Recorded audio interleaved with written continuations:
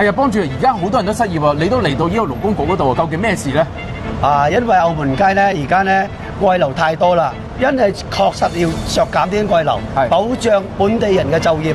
你只要明白，而家澳門街嘅真係有30%嘅人嘅失業啊！我可以咁講啊，因為嚟講根本嗰個數據就唔啱嘅，失業數據係唔啱嘅，永遠有問題。係啊，永遠都係保留咗喺失業率響40%歲，由開始工作21歲到40歲到截止，梗係得嗰7000幾人啦，係咪？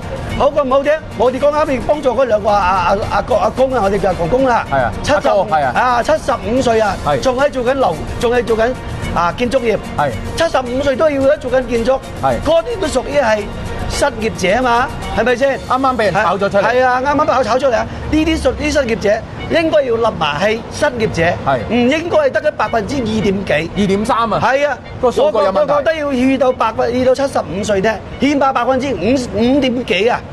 起碼有嗰個數保守啦，5點幾，我都覺得唔止添啦。唔止啊，係啊，所以咧，我哋一定要支持，一定要削減勞工，保澳門人就業，保障澳門人優先就業先。係啊，係啦，呢啲所謂嗰啲乜嘢大灣區啊，大灣區就業咧，都係唔啱嘅。我哋澳門人本地人咧，都係扎根於此，永遠去翻工就係呢度噶啦。係，我哋唔想離鄉別井去大灣區，有家庭，一定要扎根喺澳門生活，揾錢，保住澳門人飯碗先。係啊，跟住咧有呢個智者咧就再湧出去大灣區。智者係還智者，冇人願意噶啦。係，冇人願意噶。好，咁啊，我哋約個時間同局長傾傾偈先。一定傾傾偈先。一定要幫下澳門人。係啦，澳門人加油。係，澳門人加油。如果你喺澳門身邊都有需要幫助嘅人，喺下面留言，我黃德來天 Sir 會全力支援。